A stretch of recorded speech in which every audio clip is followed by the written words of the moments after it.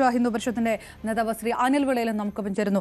ശ്രീ അനിൽ വിളയിൽ, N Vasu അറസ്റ്റിലാകുന്നു, പത്മകുമാറിനെ ചോദ്യം ചെയ്യുമെന്നും arrest ഉണ്ടായേക്കുമെന്നുള്ള സൂചനകൾ വരുന്നു.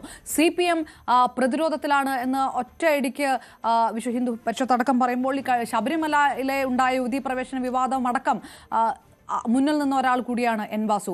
രാഷ്ട്രീയപരമായിട്ട് കൃത്യമായിട്ടുള്ള ഒരു ബാക്കപ്പ് ശ്രീ എൻ വാസുവിനുണ്ട്, പാർട്ടി തലത്തിലുണ്ട്, അത് CPM തലത്തിലുണ്ട് എന്നുള്ളൊരു ആരോപണം BJP അടക്കം ഉന്നയിക്കുമ്പോൾ VHP എങ്ങനെയാണ് കാണുന്നത്?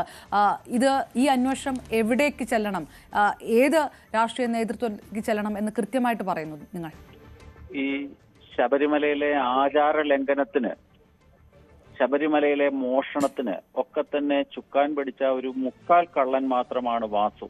ഇനി മുഴുക്കള്ളന്മാരിലേക്ക് അന്വേഷണം എത്തണമെന്ന് തന്നെയാണ് ഇവിടുത്തെ ഭക്തജനങ്ങൾ ആഗ്രഹിക്കുന്നത്. കാരണം CPMന്റെ മാനസപുത്രൻ, അല്ലെ പിണറായി വിജയന്റെയും ഒക്കെ തന്നെ മാനസപുത്രനാണ് വാസു എന്ന് പറയുന്ന കഥാപാത്രം. അദ്ദേഹം നിയമമറിയാവുന്ന പഠിച്ചൊരു കള്ളനാണ്.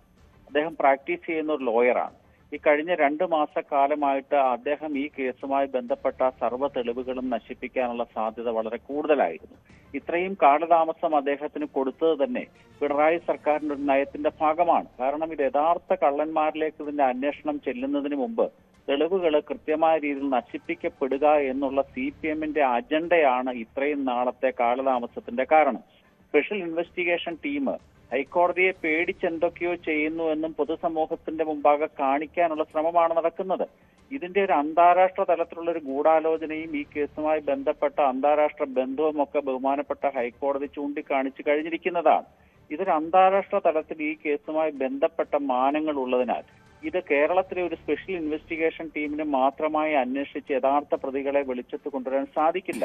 നമ്മൾ കള്ളൻ കപ്പലിൽ എന്ന് പറയുന്ന പോലെ ഈ കപ്പലിൽ ധാരാളം കള്ളന്മാരുണ്ട്. അതിനകത്ത് ഒരു കള്ളൻ മാത്രമാണ് വാസു എന്ന് പറയുന്ന വ്യക്തി. ഈ കള്ളന്മാർ നിറഞ്ഞ കപ്പലിന്റെ കപ്പിത്താനിലേക്ക് അന്വേഷണം ചെല്ലണം. അതിനുള്ള ധൈര്യവും തന്റേടവും ആർജവും സ്പെഷ്യൽ ഇൻവെസ്റ്റിഗേഷൻ ടീമിന് ഉണ്ടോ എന്നുള്ളതാണ് പ്രധാനപ്പെട്ട ചോദ്യം പൊതുസമൂഹത്തിൽ ഉയർന്നു വരുന്നത്. അതുകൊണ്ട് തീർച്ചയായിട്ടും വാസുവിനെ അറസ്റ്റ് ചെയ്തത് സ്വാഗതാർഹമായ കാര്യമാണ്. എങ്കിലും ഇതിന്റെ അന്വേഷണം നടത്താൻ സ്പെഷ്യൽ ഇൻവെസ്റ്റിഗേഷൻ ടീമിന് പരിധിയുണ്ട്. അത് കേന്ദ്ര ഏജൻസികൾ, CBI പോലുള്ള കേന്ദ്ര ഏജൻസികൾ ഈ കേസ് കൃത്യമായി അന്വേഷിച്ചു. ഒന്ന് ദയവായി തുടരാം ശ്രീ അനിൽ വിളയിൽ, താങ്കളിലേക്ക് തന്നെ തിരികെ എത്താം. ഇപ്പോൾ